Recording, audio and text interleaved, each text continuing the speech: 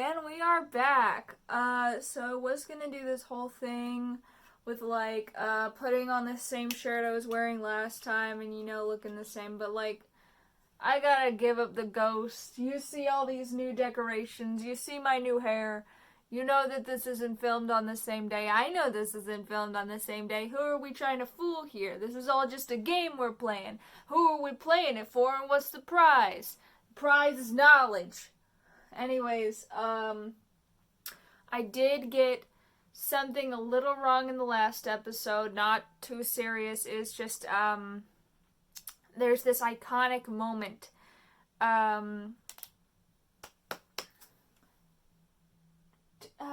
Did I miss it? Last episode was... Right! Okay. So what I missed was... Oh my god.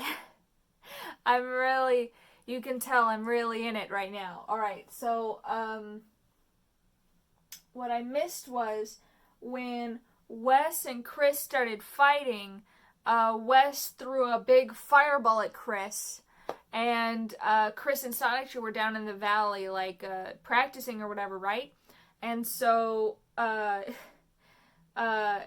Chris says, "Oh my god, Sonichu, get out of the way of that big thing coming toward us." And Sonichu goes, "You don't have to tell me twice, but during the Stone Age," and people have been wondering what the fuck that means for over a decade. I'm pretty sure they figured out what it means, but I don't remember. So go look that up if you're curious. Or maybe just let it ruminate around in your head in there and be like, I wonder what that means. That's going to torture me for the rest of my life, and I refuse to look it up. That's how I live my life. Alright, so in this episode of the Sonichu Lectures, we are leaving 2005. We are getting out of this fucking year no matter what it costs. We're getting the hell out of this joint.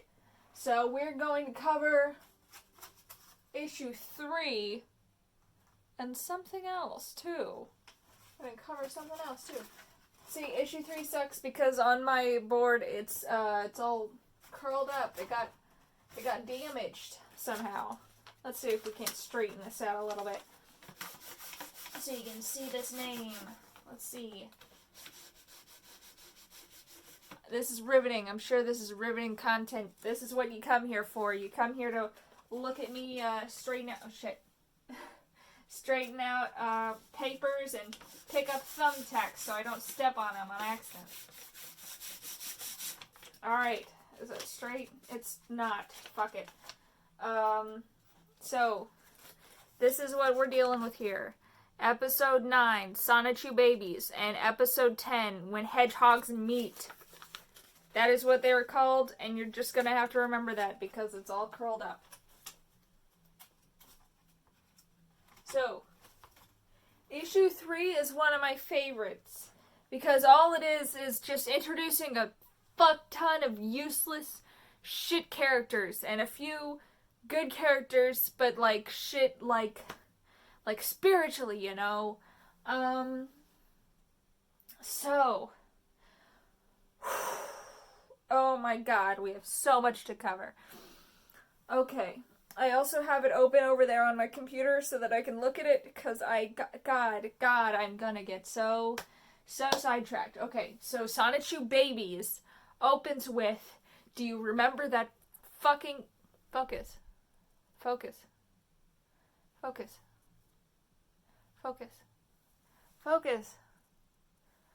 My camera's just like me.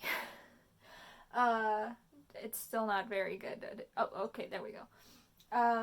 So it opens with that fucking rainbow all the way back here from Sonichu Origin. Do you remember that rainbow? You remember that rainbow that came out of Sonichu and made Rosachu? Well, it turns out that rainbow spat out 5 more eggs that just landed in random places around the world. Well, it spat out 6, but that one's for later. Yes, this rainbow is not done being relevant. It will come back again, 4 years later. This rainbow. So it spits out 6/5 eggs. And it's a green egg, a red egg, a white egg, a blue egg, and a purple egg. Fuck yeah, I got it. Anyways, so these eggs land, and they time travel too. They time travel into the past. They time travel into the past so that they could grow up into adults. It's a fucking time traveling rainbow. Jesus. Anyways, so they throw these eggs into the past, and no one knows what the fuck they're supposed to be, because the species doesn't exist yet. And, okay, so we'll just go down. I'm not gonna do them in the chronological order, or in the order that they're introduced in the comics, because I don't remember. But first up, we got, the green egg. The green egg contains a grass type. Wow, holy shit, I'm so surprised. So this grass type lands in a jungle, and it hatches, by the way, the baby versions of Sonichus can't talk, and neither can normal Pokemon, so these pages are just fucking torturous. I read him like a couple nights ago to refresh my memory. But, it's just pages and pages of Pokemon doing shit, and it's not clear what they're doing because the art's bad, and they're not saying words. They're just saying, Venusaur, Venusaur? You know, it's fine when they do it in the Pokemon show, because you can tell what's happening in the Pokemon show because the art looks good. But anyway, so green egg lands in the jungle and gets adopted by a Venusaur and a Scyther. And I'm pretty sure they're both guys because I want him to have gay dads. This is now my canon. They're gay. So that Sonichu grows up into Wild Sonichu, and he's kooky, and he's sort of kind of comic relief, and he's got Spider-Man vines, and he's wild, and he's got a big leaf tail, and he looks kind of cool. Like, he kind of has good ideas, kind of doesn't. Yeah, and he grows up with the Scyther and the Venusaur, and they teach him how to cut down trees or fucking something. And he lives in the treetops, and he's just like he's a rascal. Anyway, so that's him. Next up, we got the red one. The red one, crashes through the roof. Forgot the word roof. The roof of a dojo. And they are like, oh shit, well, this is ours now. And they just put the egg on a pedestal and practice their kung fu in front of it all the time. And then eventually the egg hatches. And by the way, everyone in the dojo is a human. Wouldn't it have been so cool if he was raised by Hitmonchan and Rocks and the other Pokemon that are humanoid and punch? I don't really know them very well because I don't really like fighting Pokemon that much, except for Victini. But Victini's part fire, so that makes it... gonna stop talking about actual Pokemon and start talking about fake Pokemon. That's what we're here for. Anyways, so yeah. So the egg hatches in the dojo while they're practicing, and then one of the students is like, ha! I can't let you just hatch into my trainer's dojo like that. And the trainer's like, what the calm down. Don't punch the baby. But then the student still tries to punch the baby, but the baby punches really hard and punches him into the stratosphere and breaks out of the roof again. And the trainer's like, wow, that was pretty cool, but don't do that anymore. We're gonna train you to do that less. And the red one grows up into Punchy Sonichu. Yeah, his name is just fucking Punchy. And he's got, for some reason, squinty eyes. I wish I was kidding. It's true. Look it up. Look up the art. Punchy's eyes are different from the other ones. They're different. At least I'm pretty sure, yeah. Also, he just looks like fucking Knuckles. And also, he has the knuckles that Knuckles has. It's just fucking Knuckles. Except also sort of a Pikachu. Sort of. Not really. It could have just been Knuckles. Like, you didn't... You already took Sonic and made him make Sonichu, so you could just had Knuckles. But nope, we've got Punchy. Punchy's so dumb. I love him. Also, he doesn't have a tail. Because when they were fighting the student ripped up his fucking tail. You can't just do that to a baby. It's a baby. Don't rip off the baby's tail. Jesus. Anyways, so it's green, red, white. Let's do white next. Okay, so the white one lands on the doorstep of a church, and I'm not sure how it didn't just splatter all over the concrete there. Because usually eggs do that, but no, it just lands, and they put the egg on a little pillow, and, like, have it near where they pray. There's a bunch of nuns. Nuns don't make any sense. The nuns don't make any sense. You're just supposed to ignore it, but, like, it brings up so many questions of, like, theology in the Sonichu universe, and, of course, Chris... At least at the time, I don't really remember if anymore, but was definitely a hardcore Christian. So, like, what, how does God, like, isn't Arceus, I don't even know. No one knows. Anyways, there's nuns and they raise the baby, and the egg hatches, and then it's a little Rose. Oh, by the way, okay, so there's Sonichu and Rosachu, but they're basically Pichu forms, like the Pichu of a Pikachu. Their Pichus are Sonny and Rosie. And that's all they say. That's what they say. They say, Sonny, Rosie. It's so fucking annoying. Anyways, yeah. So the little tyke just, you know, prays and is so devout. It doesn't make any sense. You're a Pokemon. I don't. Anyways, so yeah, and she's so devout, and then one day she's just fucking asleep in bed, and she spontaneously evolves into her adult form because she does. She's just old enough now, I guess. I'm not sure if that's how Pokemon evolution works. Experience points don't exist in this place, so I really should not even, like, put it into my mind, like, thinking about the logistics of evolution.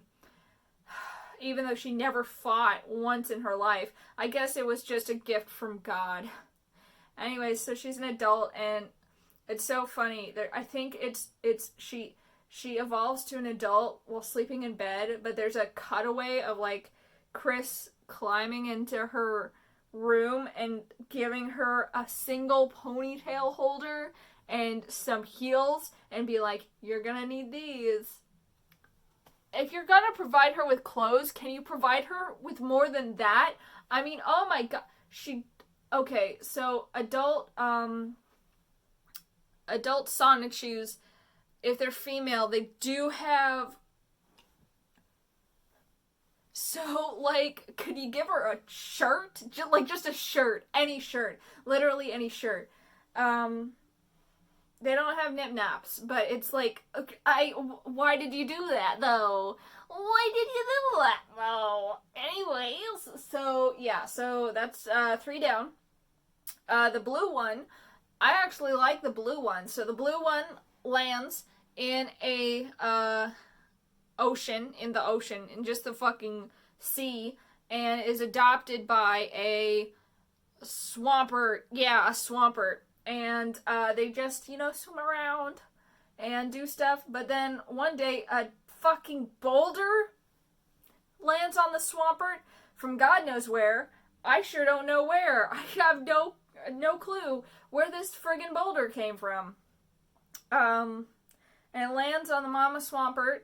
And then Bubbles, Rosachu, evolves by rescuing her mom from the boulder.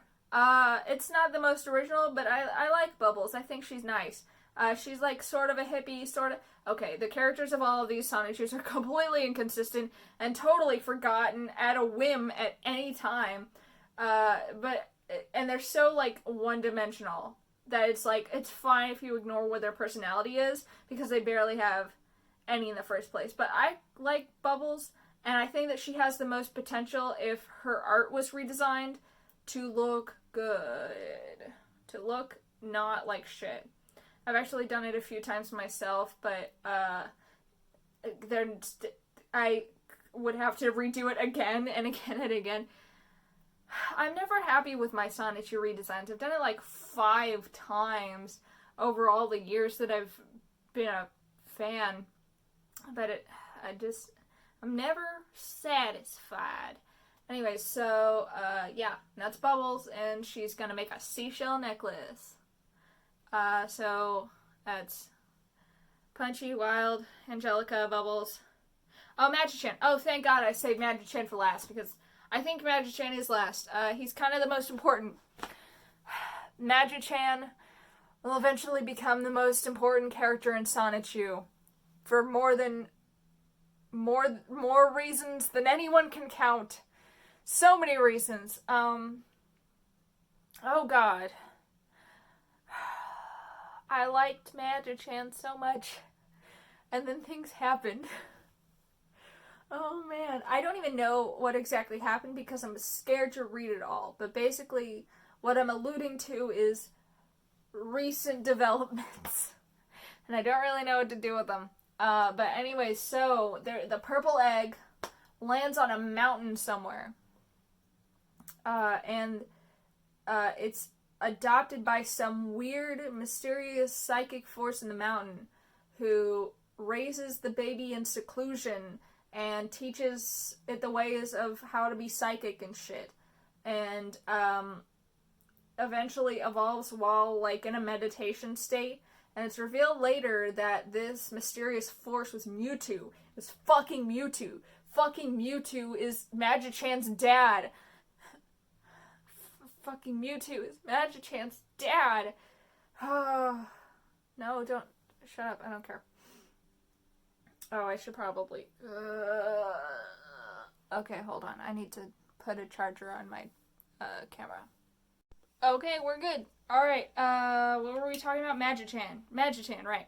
Okay, so Magichan evolves while meditating, and Mewtwo's his fucking dad, and it sucks, and it's shit, and it's bad, and I can't, it's been sullied. It's been sullied. It used to be awesome, but now it fucking sucks. Magichan is the psychic type. Okay, wait. Let me go through. I don't remember if I went through. So, Wild is grass. Punchy is fighting. Angelica's flying. She has wings. She can fly. Bubbles is water. No shit. And, Magichan is psychic. So, I'm talking a lot. So, Magichan can do fucking everything. Magichan can do whatever the fuck. Magichan can do goddamn everything. There's no stone unturned for Magichan. He can look into everyone's minds. He can monitor everyone's thoughts. He can do whatever. And yes, this is utilized very... Okay, Magichan is fucking useless except for when Chris Chan uses him for OP shit. Like, no one ever listens to him. He barely gets a... Okay. In the first run of the comic, he barely gets a person to date. I don't want to talk about it. I want to stay in 2014. We're in the past. We're in the past. It's 2005 and everything's great. And Magichan's the coolest. Magichan's so fucking cool. Anyways. So, all of these... Oh, also Magichan can tell the future. No shit, obviously. Everyone psychic can tell the future all the time, always. So, yeah, so... Fucking all of these characters, they've grown up, they've all evolved They're all their Sonichu forms. Yes. Yes. They're all adults now, so they're just biding their time. The throne awaits, a seer warns of a deadly fate. Yeah, basically shit like that. Anyways, so Magi-chan's got this prophecy of the future that's like, we're all gonna meet up one day, all of us siblings. Also, they're all called the Chaotic Combo. So the Chaotic Combo are all siblings, and one day they're gonna meet. And so we jump to when hedgehogs meet. Yeah, and so what basically kicks us off is there's this fucking bird on some random fucking island, and I'm not even gonna go into detail about it because we never see this shit again. Like, Chris introduces this super OP object and never uses it again. It's never used again. So there's this bird guarding this MacGuffin, and Blatchu rolls on in and takes the MacGuffin because Giovanni said so for some reason. Remember back in his introduction when he was like, I'm gonna have free will, but then he just fucking does whatever Giovanni says and just steals some shit? Like, I get it, man, but you don't gotta pretend like you're not a dog, alright? Anyways, yeah, so Blatchy steals the MacGuffin, and the guardian of the thing is just too shit awful to protect the thing, even though that's the whole point. Okay, wait, actually, When Hedgehogs Meet is probably one of the better episodes. Okay, don't get into discourse with me. Okay, we'll duke it out, but I like it because I think there's a lot of actually funny moments. Like when the bird is on the island and it's like, oh, shit, it's chilly up here. I could really use some pants. I wish I was wearing pants right now. That's gold. That's golden. And then all the quips back and forth with Blatchu and Sonichu, like they quip back and forth, and it is amazing. It's amazing. Just read this episode, and maybe it's just because I'm brain dead because I've been reading this comic over and over for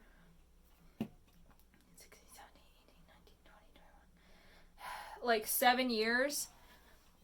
So I've been reading this shit, or more than 7 years maybe. But I think it's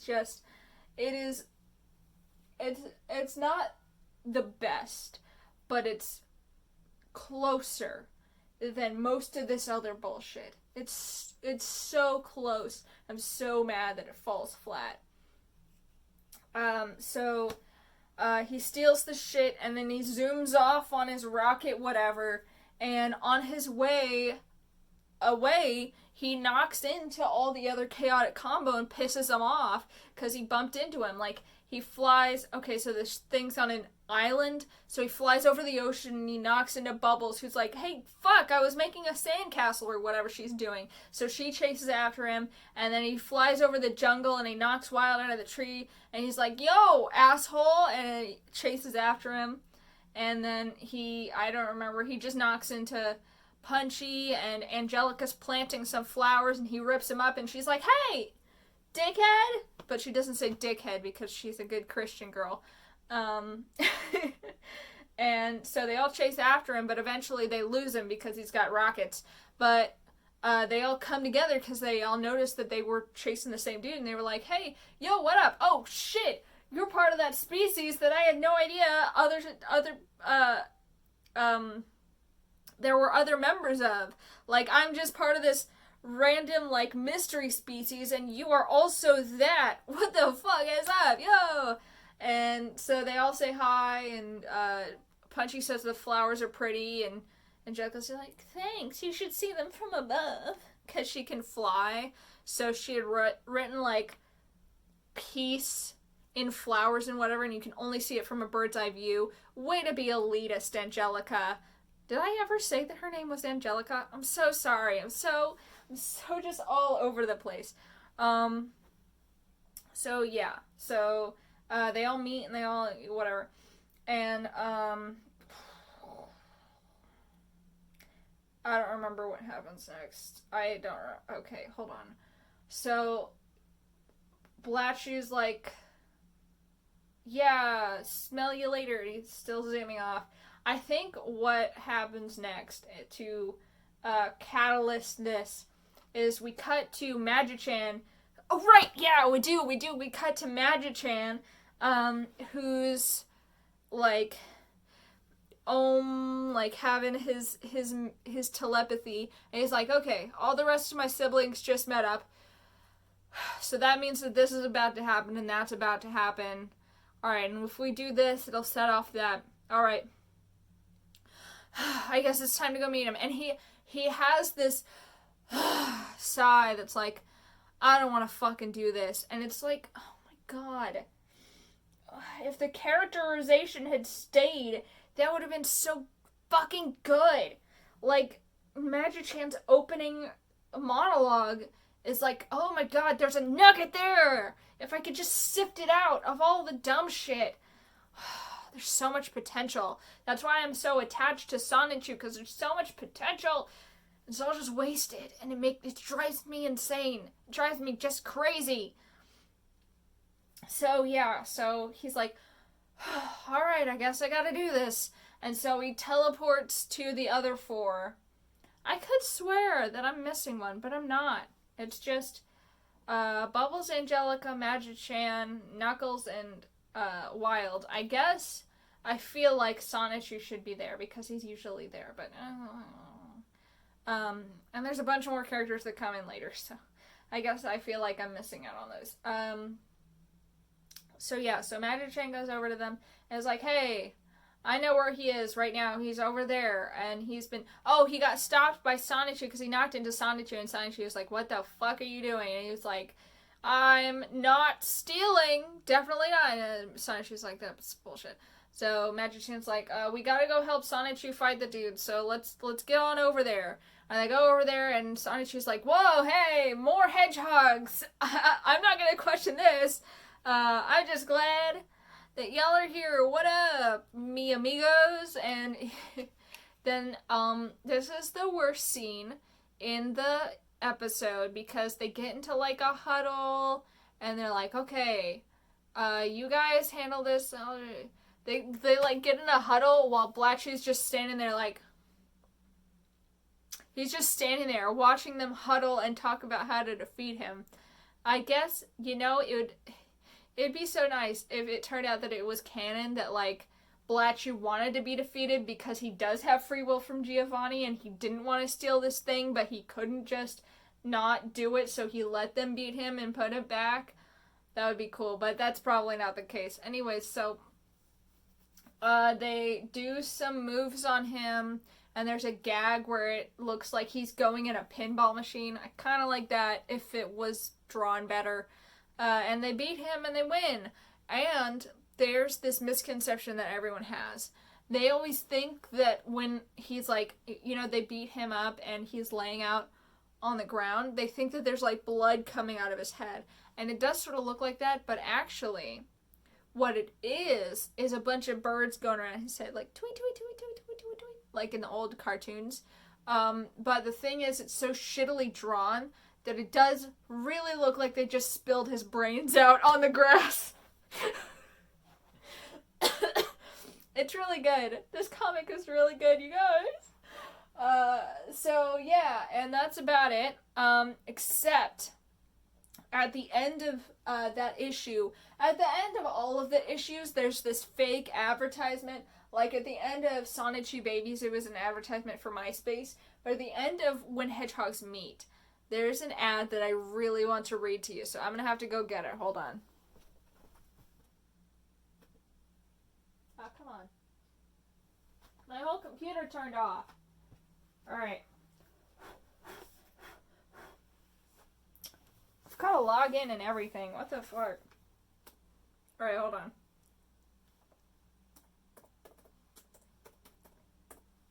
Do you like all my stupid gay stickers? Anyways, okay. So, are you one out of 2 lonely males in the entire world? If you are, then call right now, and we'll send you a beautiful girlfriend. Free! But be careful, for if you call now, late or early, you will not get a girlfriend. But you will not get a girlfriend, but a monkey. And you do not want a monkey, so call right now. 1-800 right now, with a heart with a bandage over it. And it says, this offer is valid only to 18 and older, girlfriend-free virgin males. Background checks will be executed. Okay, thank God.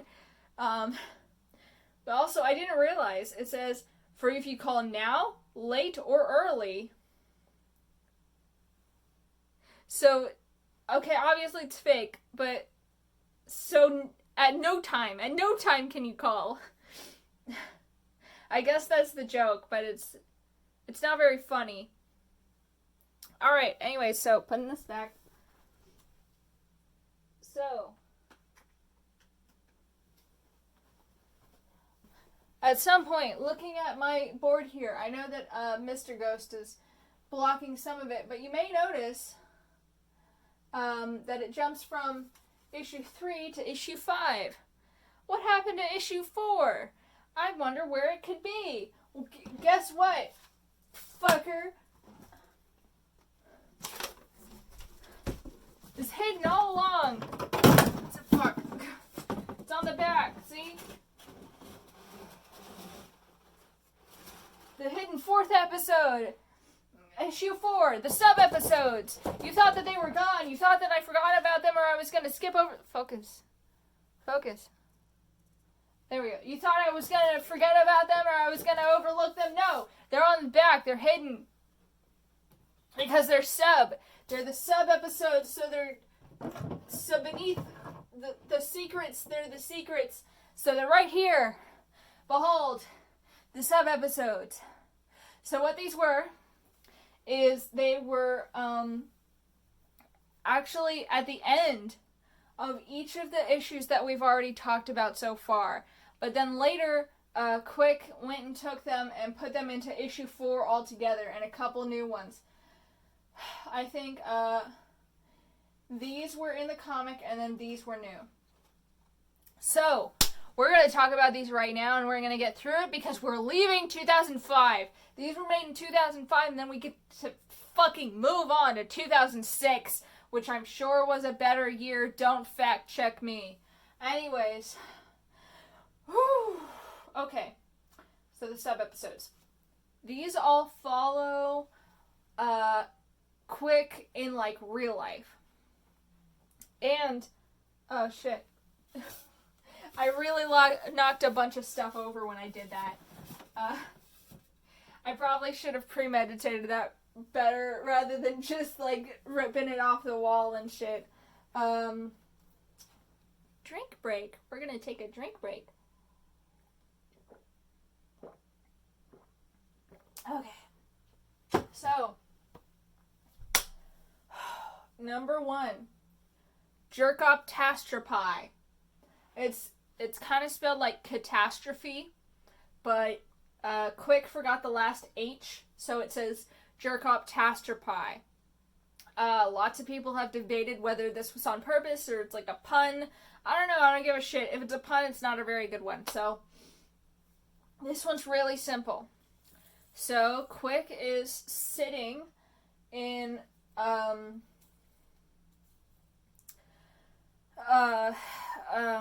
Quick is sitting in just like a store. Just like, I think it's the mall, like a sitting area, you know?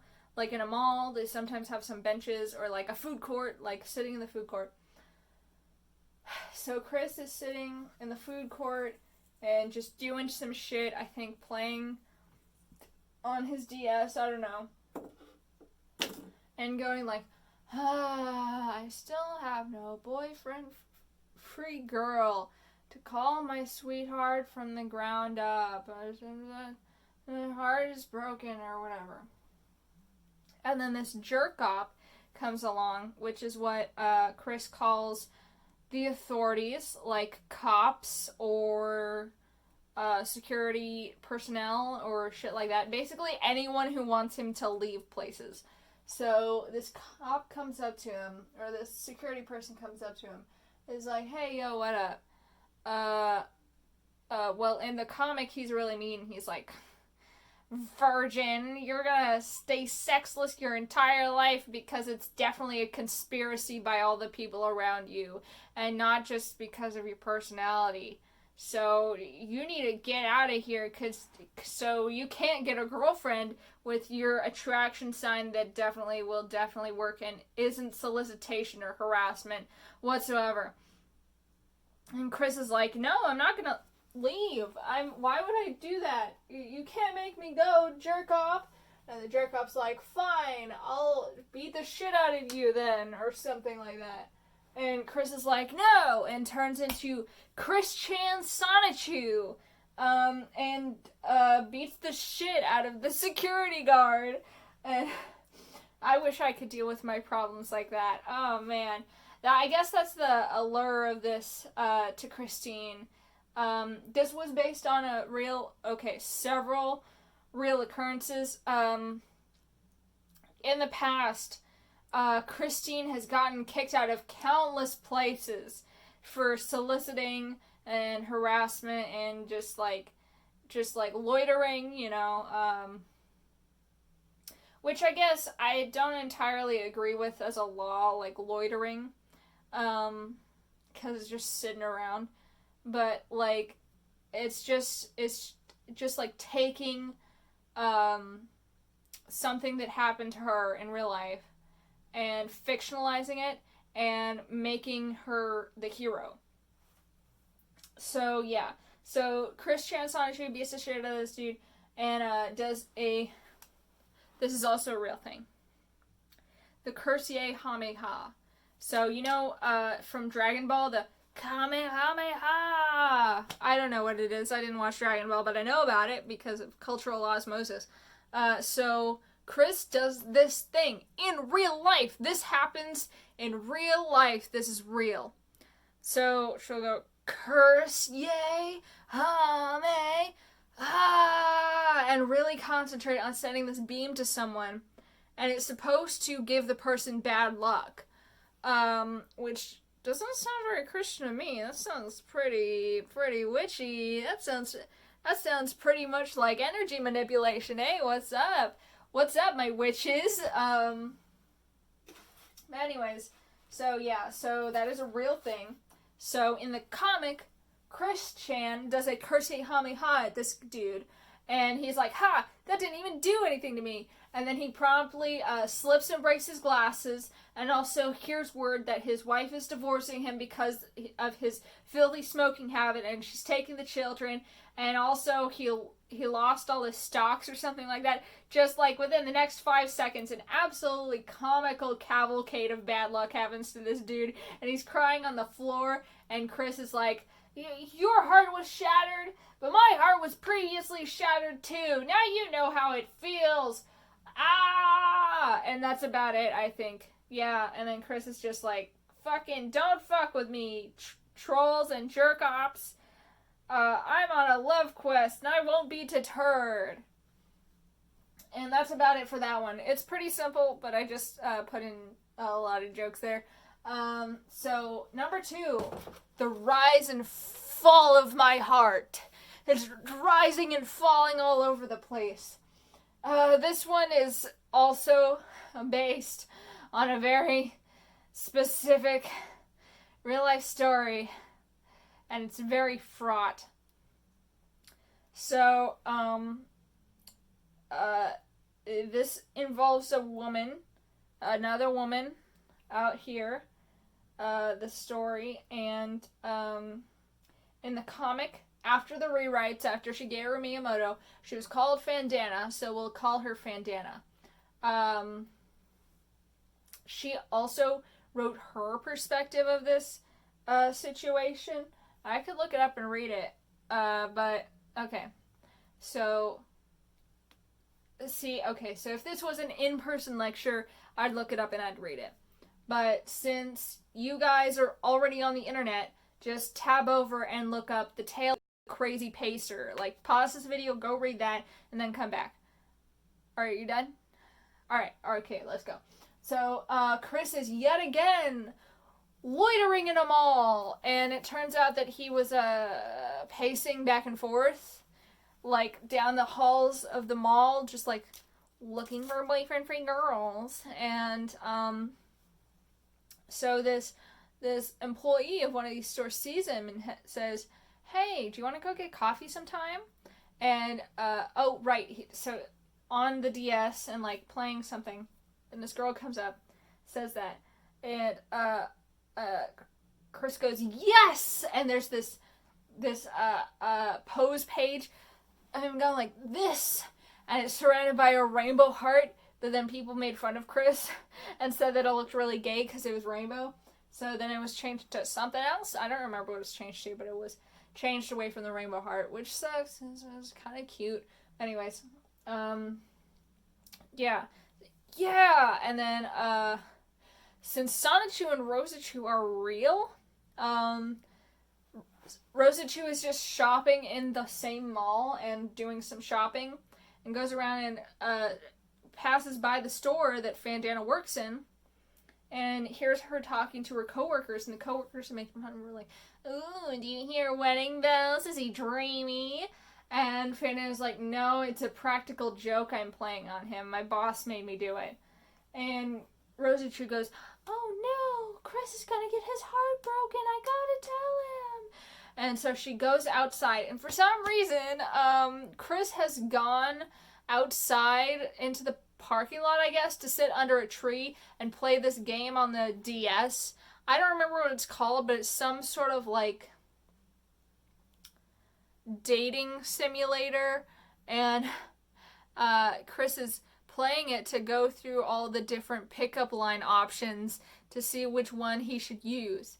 Even though you don't need to use pickup lines when you're on a date because you've already picked the girl up. So, just some advice.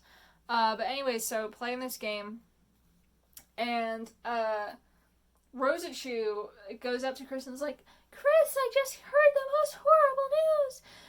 Fandana is actually only going on the date with..." I don't know why I'm doing this. This is so annoying.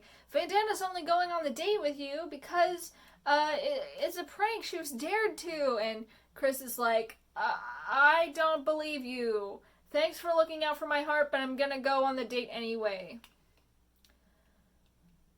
Yeah. And then he goes on the date, and it's just like coffee. And it is okay. So Chris obviously thinks that this is a great time, but the way it's depicted, it's obvious that this is the most boring date ever. She talks about how she likes to read Chuck Palahniuk books, which is the guy that wrote Fight Club. That's just fun fact, Chuck Palahniuk. I don't know how to say his last name. I'm so sorry.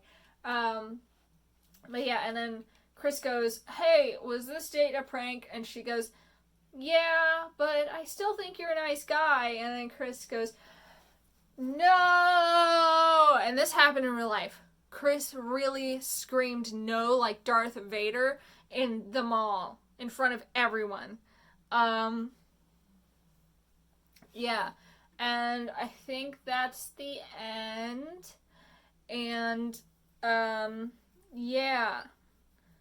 And at the end, it ends with, okay, so do you remember back when Sarah was around and the chapter ended with a letter that Chris sent to her about, like, "I loved being your friend when we were kids"? This one also ends with a letter. Well, it's an email. It's a fake email. Chris, like, drew the outline of the interface for the email. And basically it's shaming Fandana for, going on a fake joke date with him, which is kind of a shitty thing to do, but I mean, you read the story. I hope you read the story. Go read it. I mean, it's not like high literature or whatever, but I'm just gonna assume that you read it. So, like, shaming her for going on the date and also being like, but if you ever change your mind, I'll gladly take you back if you apologize. And also, I was on the honor roll in high school, so yeah, and that's it. And number 3 is called Witch Confront, and I'm pretty sure there's like 3 fucking pages, and that's it. And basically, Slaweel Rayam, this is the first time she appears in the comic, is in this sub-episode over there. So Slaweel Rayam is here, and she's, I think she's kidnapped Chris's mom, and, and so Chris and Sonichu team up, and also, Witch Confront was published before, Chris got the Chris Chan Sonichu powers, so, it was really weird when Chris turned into Chris Chan Sonichu in order to save his mom. But it happened, and Slaweel was defeated, and she was like, oh, what a world! And it's like 3 pages, and it's not really worth anything. Number 4 and 5. Mick Attack! It's split into 2 because it's really long. So, Chris is sitting in a Walmart, and is just loitering and playing on the DS. You're seeing a pattern, and a jerk-op comes to harass him, and he's like, fuck off, dude! And, God, I don't even remember what happens. Hold on.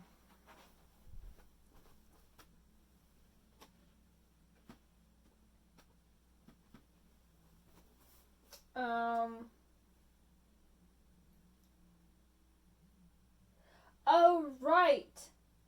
Right, okay, this one does have something interesting that happens in it. A few things, actually. Yeah, this one is basically, Jerk-Up Tastropie, but better and better. It's better.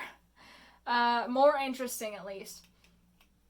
So, Chris is wearing these wings on his head that he got from some sort of Comic-Con. And so this Jerko comes to harass him, and when he turns into Chris Chan Sonichu, the wings also grow into actual wings out of his head, following his transformation. But also he doesn't do anything with them in the fight at all, so I guess he just wanted wings because he had the wing hair clips, and he thought it was cool, but he doesn't do anything with them. Anyways, so he beats the shit out of the jerk-op, and, so it's a jerk who's a manager who tried to get him to leave, and a married Sanor comic. That's senior spelled wrong. No one knows why he's named this. So, also, someone comes to help him, and it's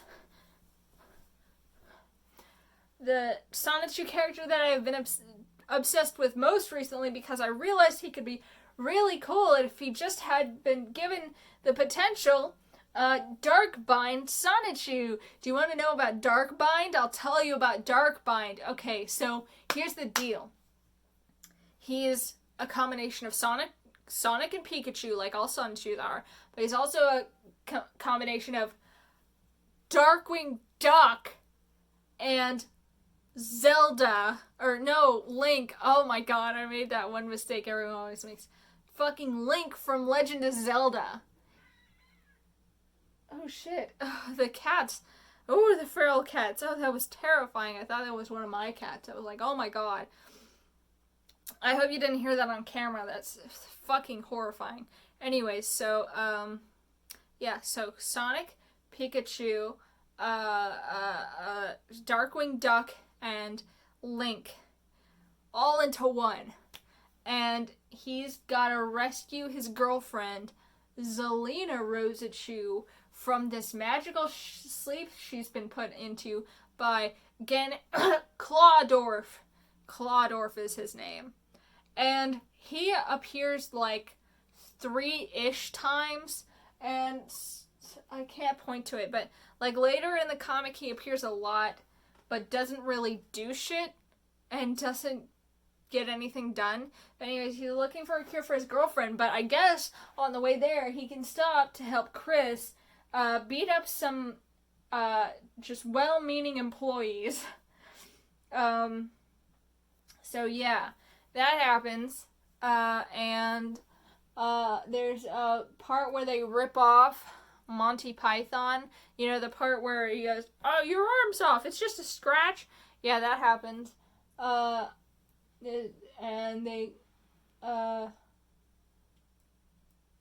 so Chris goes on another long-winded speech about like, I'm on a love quest and I just want a girl to hold and to love.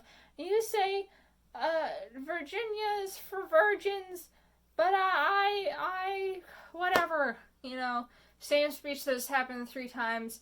My heart has been previously shattered, but I never give up. This isn't even an impression. Like, that is not what the voice sounds like at all.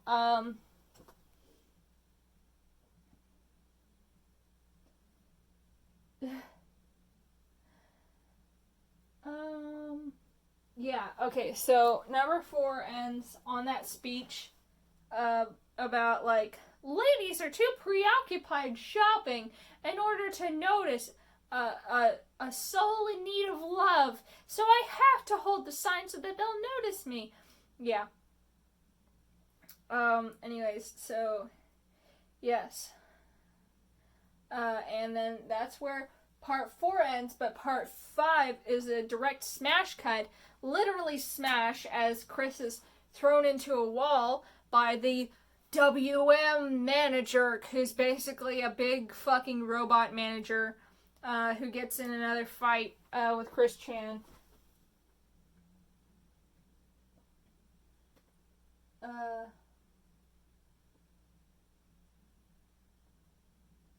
Right. Okay. Sorry, I keep checking my notes. I keep fucking forgetting everything. So, so Chris gets thrown into a soda machine and is like, "Oh, I need more help if I'm gonna defeat this foe." And he brings out this fucking Lego torch, the heart shape, and summons from his mind his mirror twin sister mind telepathy, whose name is Crystal. Now, here's where the subtext starts, because so Chris summons this female copy of himself from his dreams, from his mind, and is like, "You're everything I always wanted to be." And it's like, that's really interesting, Christine. Tell me more as I write down on my notepad about your psyche or whatever. I don't know what I'm talking about. That wasn't a good joke at all. Yeah, anyways, so he summons this girl version and they team up and they have twin powers, and with their twin dream bolt or whatever the fuck it's called, they shoot the robot man and he's dead. I'm pretty sure that's it. Please, God, tell me that that's it. I'm not gonna check. Yeah. Anyways, so that's Make Attack.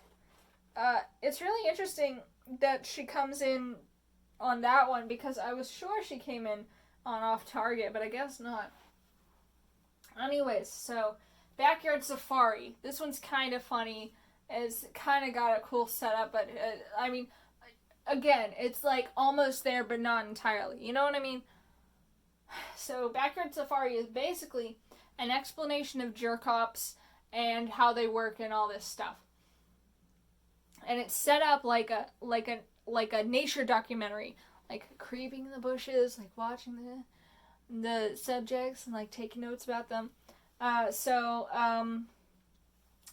You can tell a jerk-op from a regular cop. This is an important distinction Chris begins to make. There are actual cops who are nice, but there are fake cops who just... And it's a crime to impersonate an officer of the law, so it's really funny that they can even get away with this. But there's dudes that just, like, wear fake police badges that are made out of cardboard or bread or shit like that, and they just pretend to be police officers, but they're actually total assholes. And, they wear fake uniforms, and they look stupid, and if you get in a fight with one, you should always kick them in the nads, because that's where they're most vulnerable. and he takes one of them and uses them as a bowling ball to knock over a bunch of pins of them. It's pretty funny. I can't really remember anything of import that happens in there except for a bunch of jokes about how, like, you know, these individuals aren't human, so it's fine for me to attack them and take retribution on them because they're not fucking real people. And also they all work for the PVCC, so it's fine. And then an off-Target, Chris is at Target buying clothes, and his mirror twin mind power sister is also there trying on clothes. Or wait, no, Crystal wanted to go shopping, so Chris took her shopping, and that's why they're there. And so some jerk-offs just come up to Chris in the store and, like, just start harassing him for some reason. What I'm pretty sure this means is that Chris had been kicked out of that Target. Okay, so in real life, Chris goes to Target, had been kicked out of that Target previously, and so they're like, okay, get out of our store. But Chris whines about it, but then is eventually kicked out. What happens in the comic is that Chris and Crystal turn into twin powers and beat the shit out of everyone. Hold on.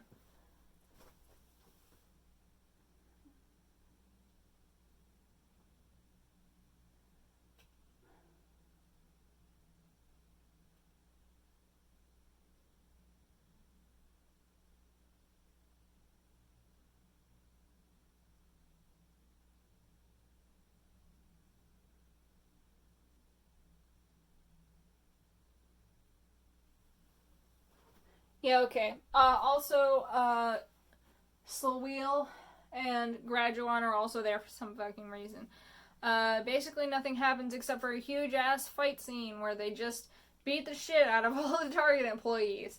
And, this is also where that, infamous image, you may have seen it, where, Chris is drinking from a straw that's just way too goddamn big. It's like this big. He's just drinking from the straw, the soda. So that's where that comes from. Yeah, that kind of sucks. There's nothing really interesting that it ends on for me to say. Yeah. Mary Lee Walsh leaves with her tail between her legs and just gets the shit beaten out of her. I think, like, I'm just not interested in fight scenes. Like, whenever the fight scenes happen, I just blank out. Like, I can't remember a lick of it. It's pretty bad. So let's turn this back around so that I don't have to turn around later. Whew. Alright.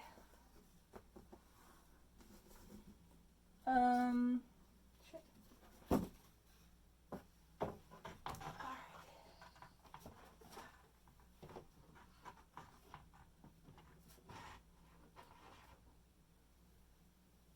Okay. Put the ghost friend back if I don't drop him all over the floor. Cool. So we have escaped. 2005. Woo! 2005 is done, babes.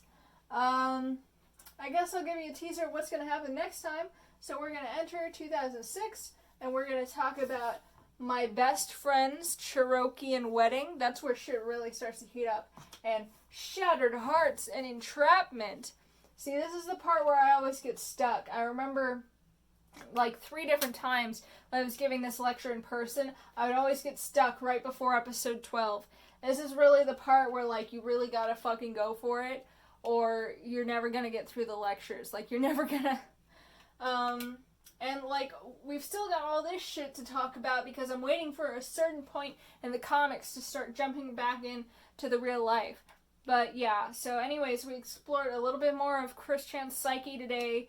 You know, the first bloomings of, what if I was a girl? You know?